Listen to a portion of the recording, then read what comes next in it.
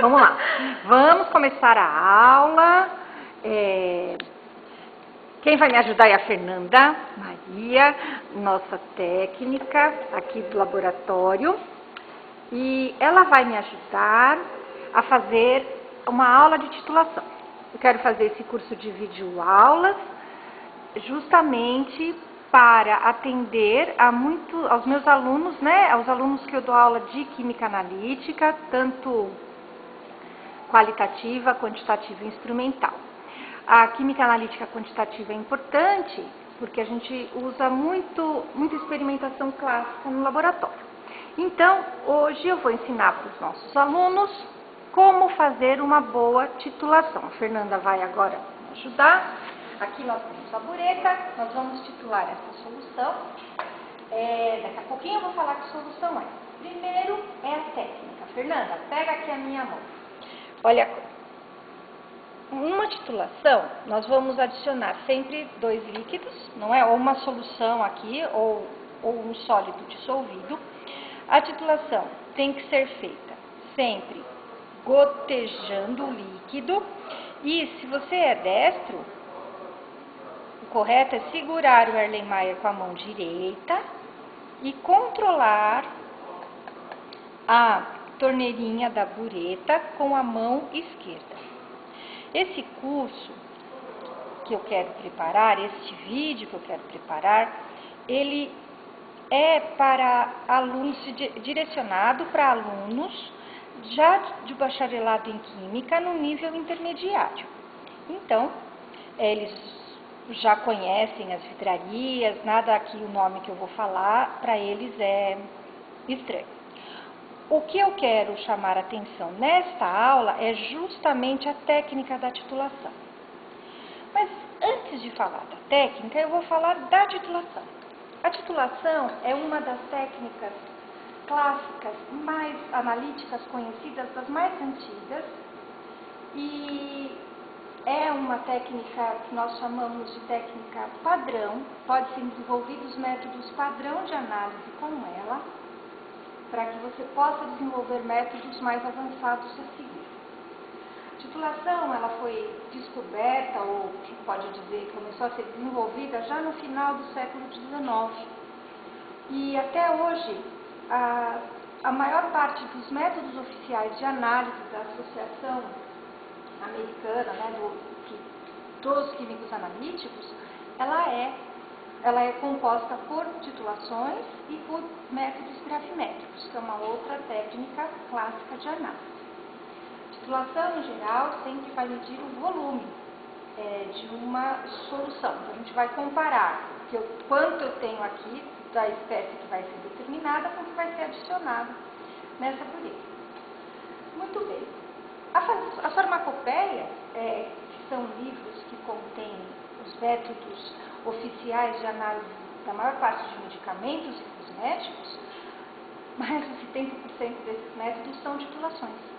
Por isso que a gente tem uma disciplina, que é a química analítica quantitativa, que ainda se dedica a isso, porque dá para a gente fazer muitas determinações utilizando essa técnica, que é bastante simples. A gente precisa de uma vidraria. Vocês sabem, alunos, que essa vidraria, essa bureta é uma vidraria de precisão, ao contrário do Erlenmeyer.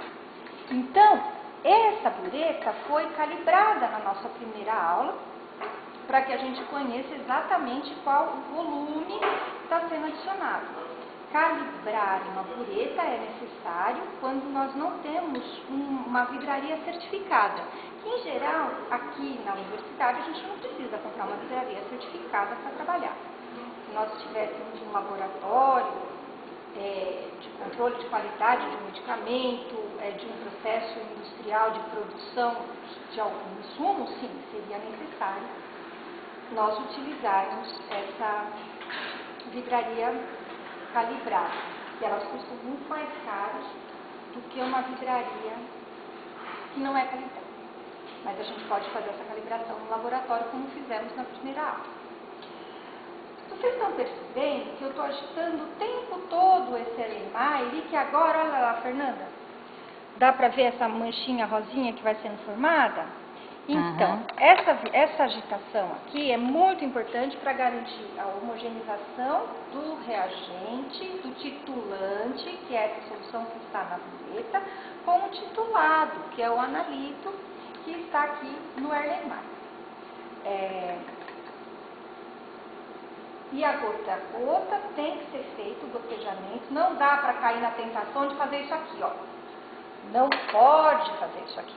Por que não pode?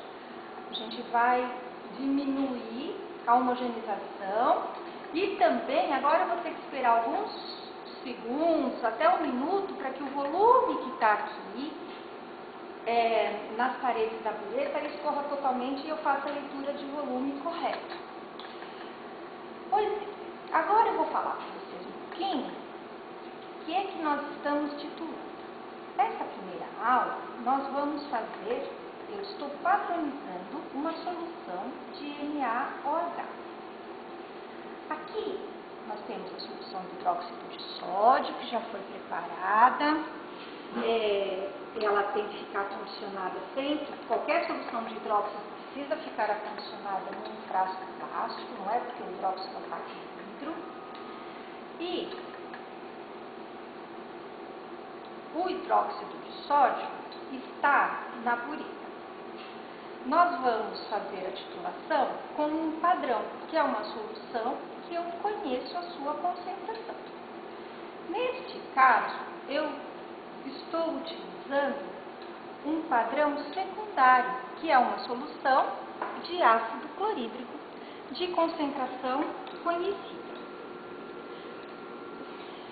Sabendo a concentração que eu tenho do ácido clorídrico e o volume que foi colocado aqui, a partir do volume que eu gastar de NaOH, eu vou saber qual é a concentração de NaOH, porque a reação é estequiométrica 1 para 1.